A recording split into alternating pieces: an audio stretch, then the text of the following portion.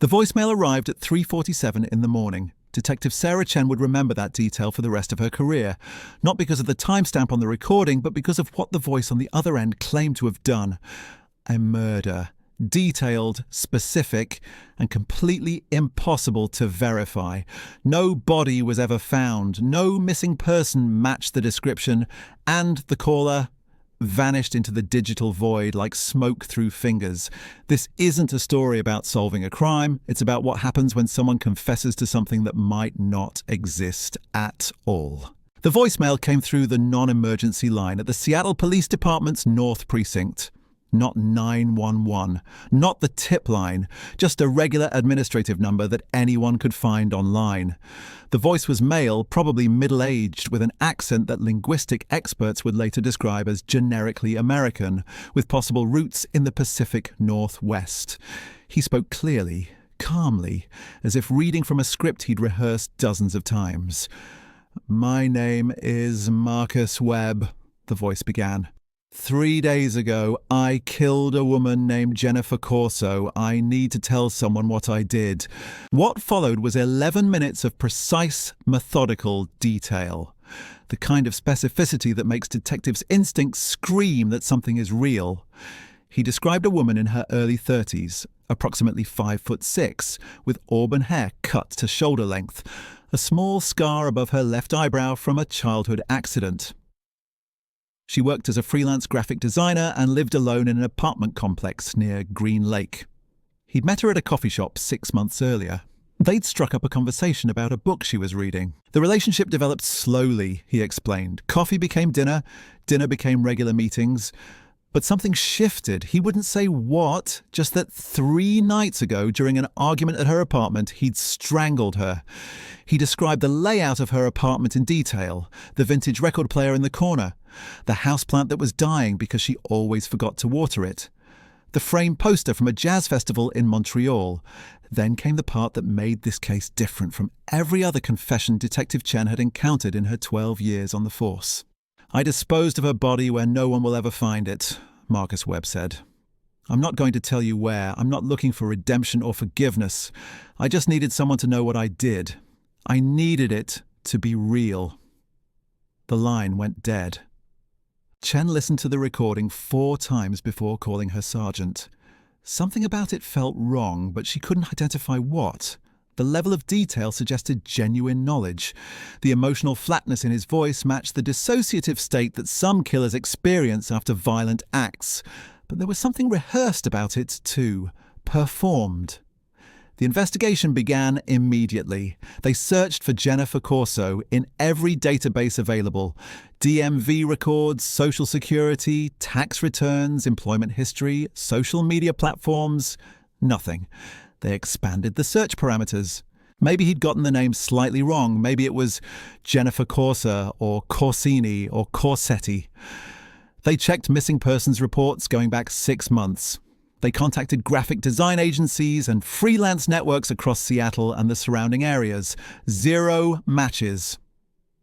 They traced the call. It had come from a prepaid cell phone purchased with cash at a convenience store in Tacoma 2 weeks earlier. Security footage from the store showed a figure in a hooded jacket and surgical mask. Height and build were indeterminate. The phone had been used only twice, once for the confession call and once 3 hours later to call a number that led to another prepaid phone that was never activated. Tech specialists analysed the audio. No signs of voice modulation software, no background noise that might indicate location. The recording quality suggested a relatively new smartphone, but that narrowed it down to about 60% of the population. Linguistic analysis provided the accent assessment, but nothing definitive enough to target specific regions. Meanwhile, the content of the confession became its own puzzle. Chen's team verified what they could. There was indeed a coffee shop near Green Lake that sold the specific blend of Ethiopian coffee Marcus Webb mentioned. The book he claimed Jennifer was reading, a literary novel by a Japanese author, had been on bestseller lists 6 months earlier. The jazz festival poster he described had taken place in Montreal 3 years prior.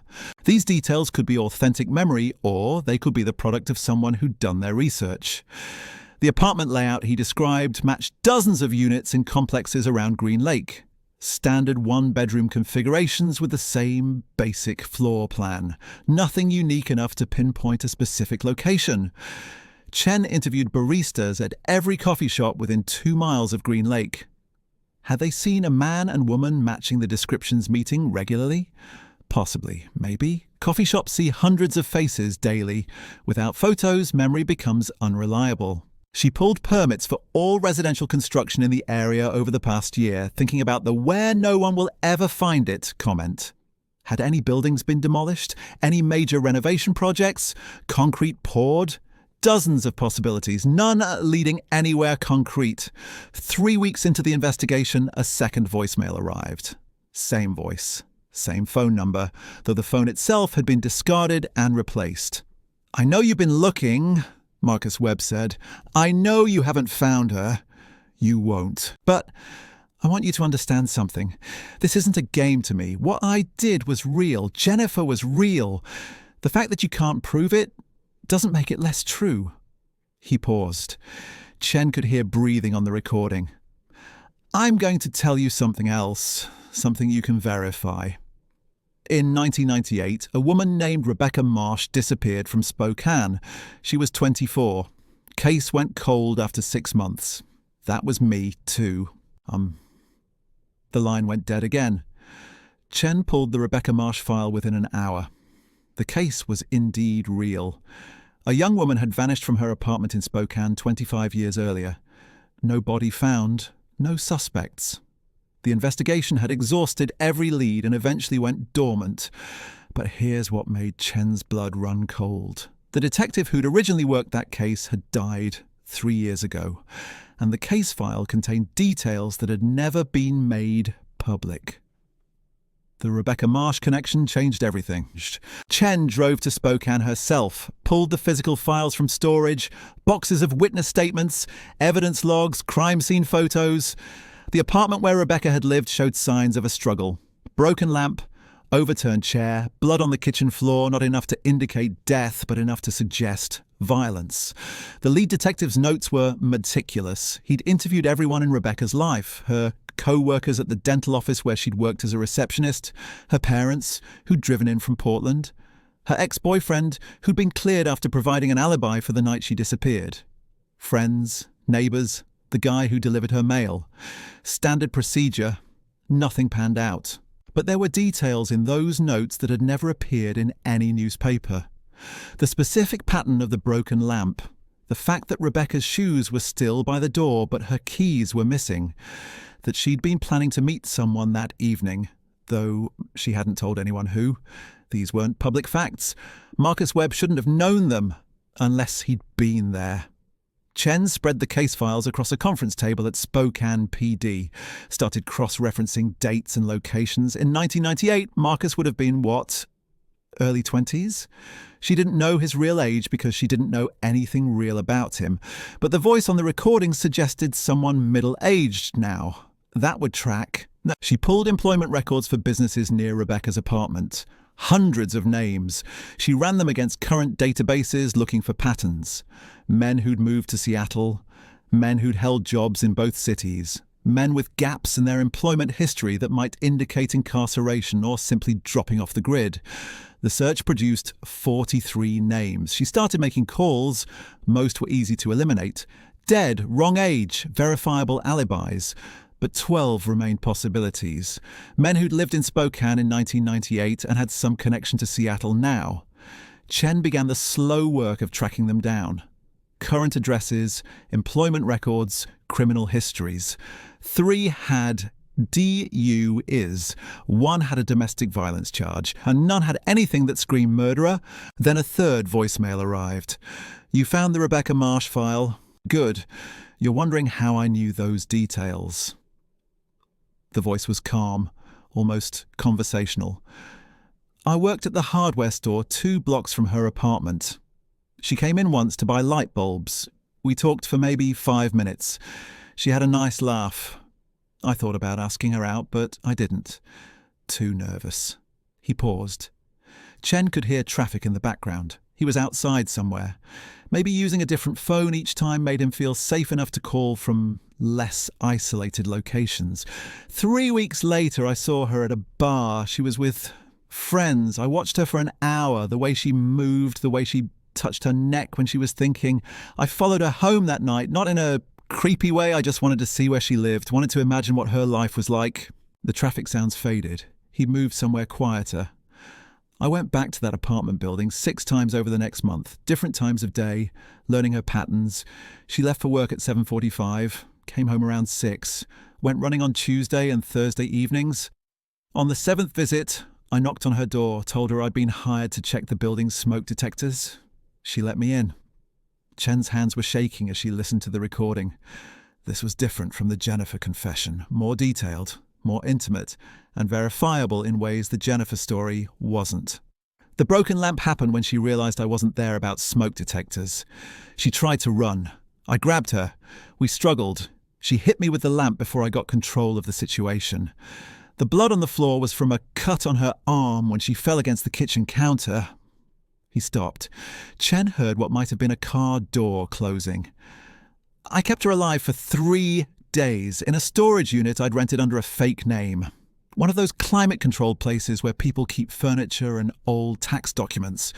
No one checks those. No one hears anything. On the 3rd day, she stopped fighting, just looked at me with these empty eyes. That's when I knew it was time to finish it. The recording ended. Chen played it 17 times, analysed every background noise, every pause, every inflection.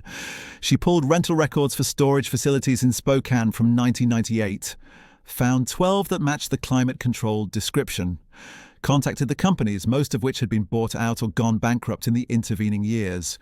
Record-keeping was spotty at best, but one facility still had paper archives.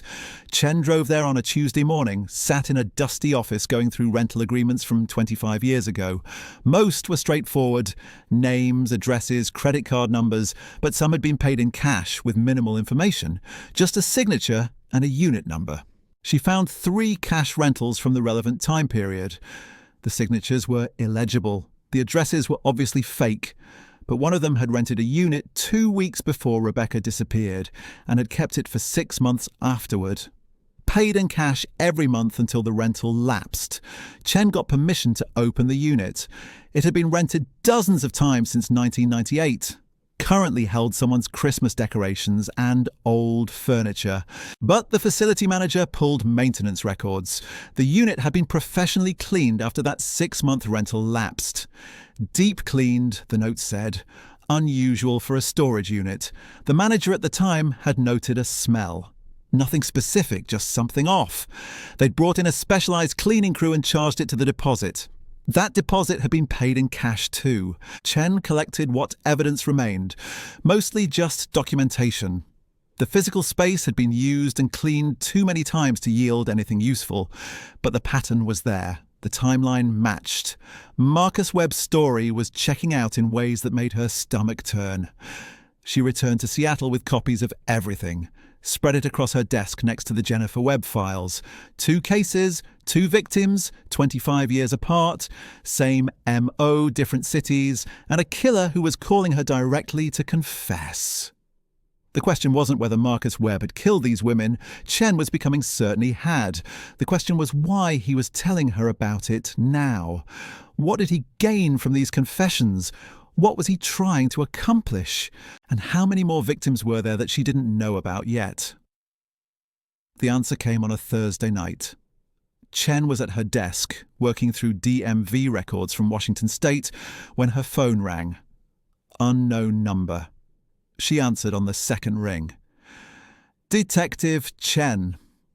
Marcus Webb's voice, calm as ever. Have you been to Spokane? I have. Found the storage unit? I did. A pause. Chen heard wind in the background. He was outside somewhere.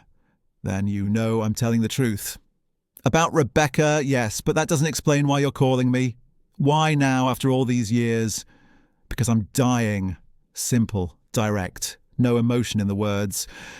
Pancreatic cancer, Stage 4. They gave me 6 months. That was 4 months ago. Chen felt something shift in her understanding of the situation. So, this is a deathbed confession? Not exactly. Webb cleared his throat. I'm not looking for absolution. I'm not religious. Don't believe in heaven or hell or any of that. When I die, I just stop existing. There's no punishment waiting for me beyond death. Then what do you want? To be known.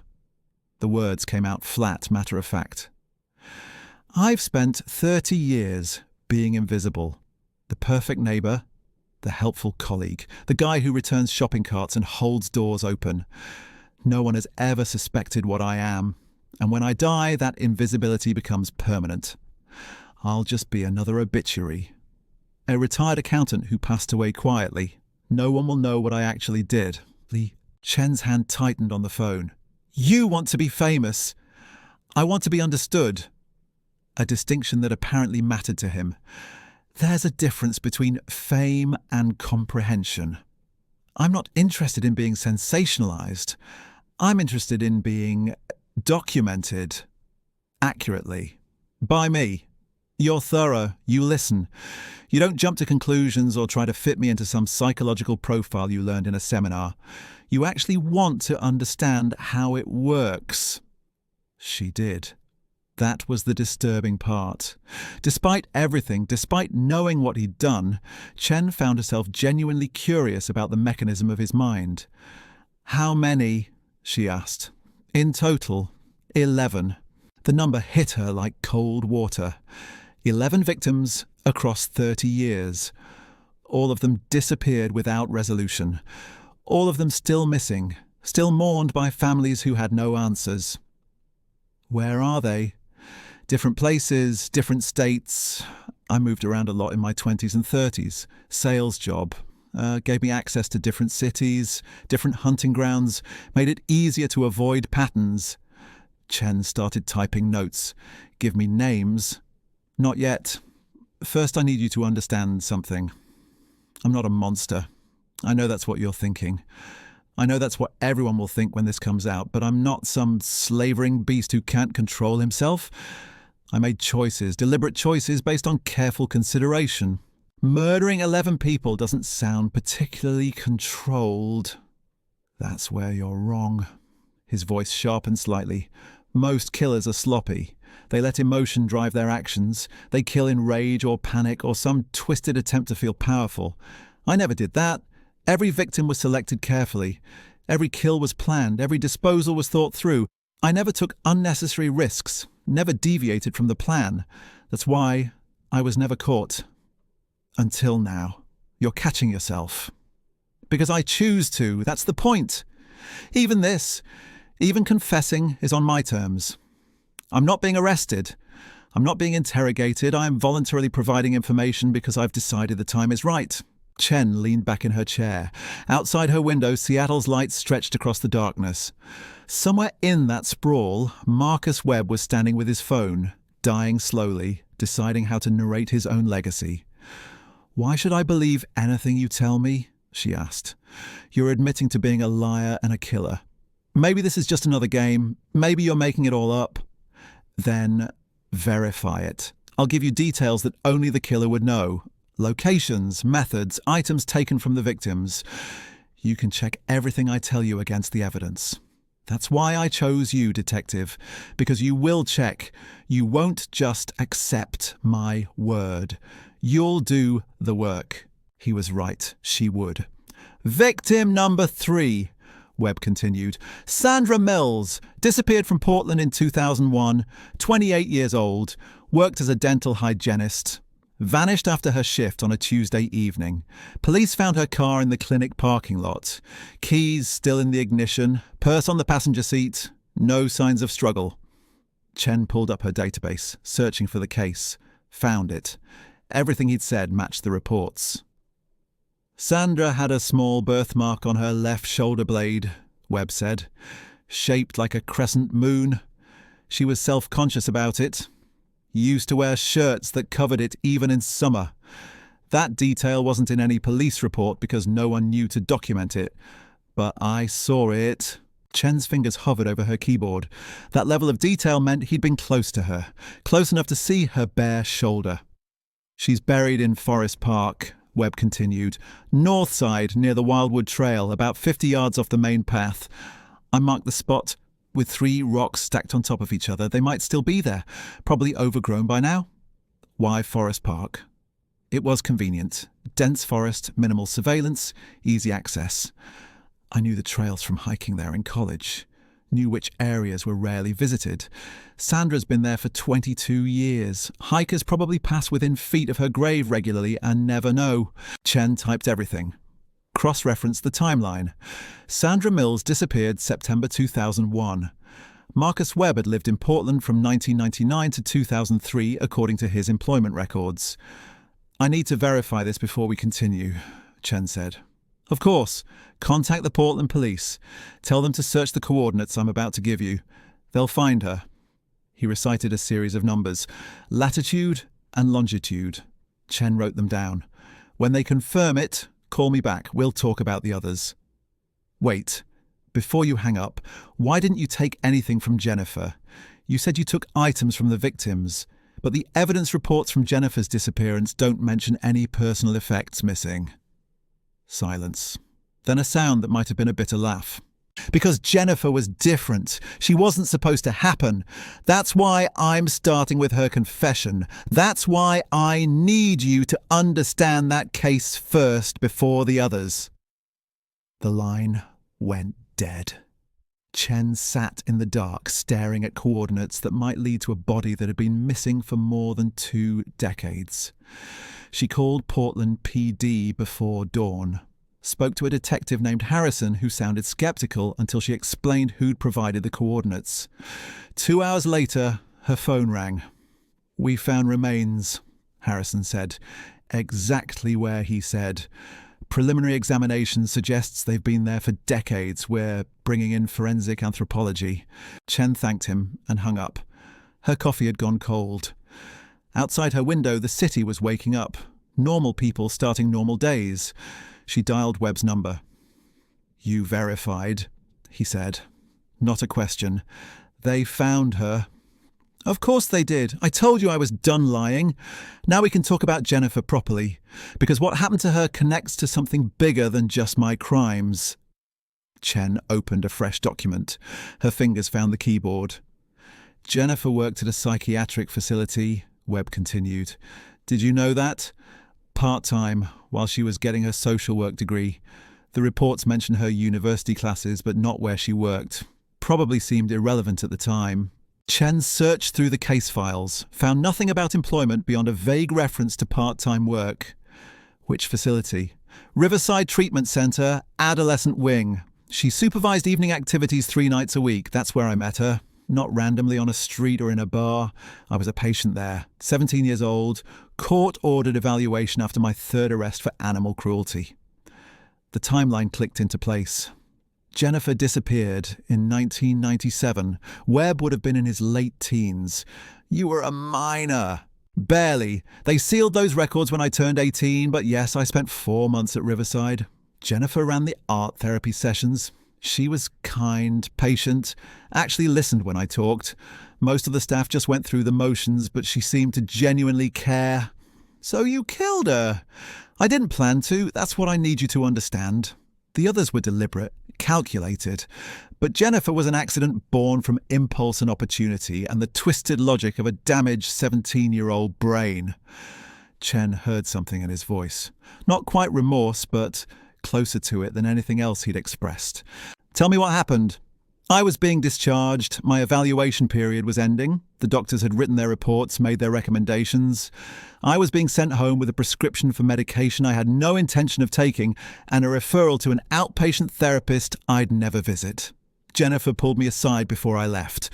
Told me she was proud of the progress I'd made, said she believed I could have a good life if I kept working on myself. She gave me her phone number. Told me to call if I ever needed someone to talk to. She was trying to help you. She was.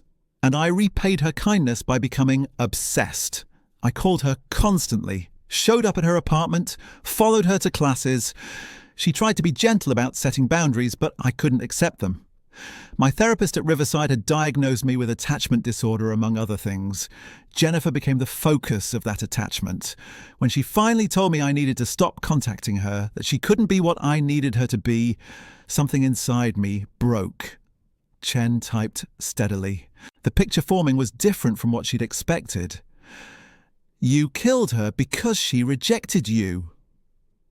I killed her because I couldn't process rejection like a normal person, because my brain interpreted boundaries as abandonment.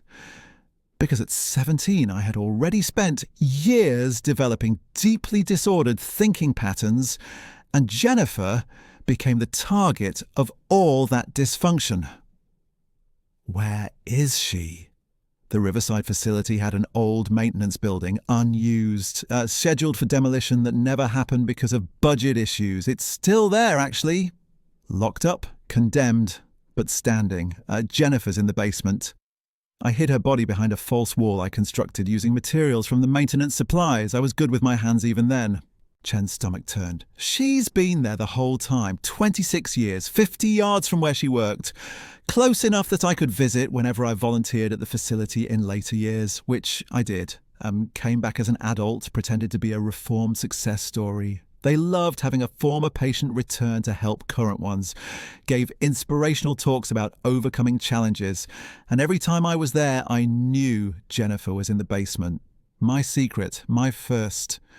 You're telling me this because you want us to find her. I'm telling you because Jennifer deserves to be found. Her family deserves closure, and because that case is different from the others.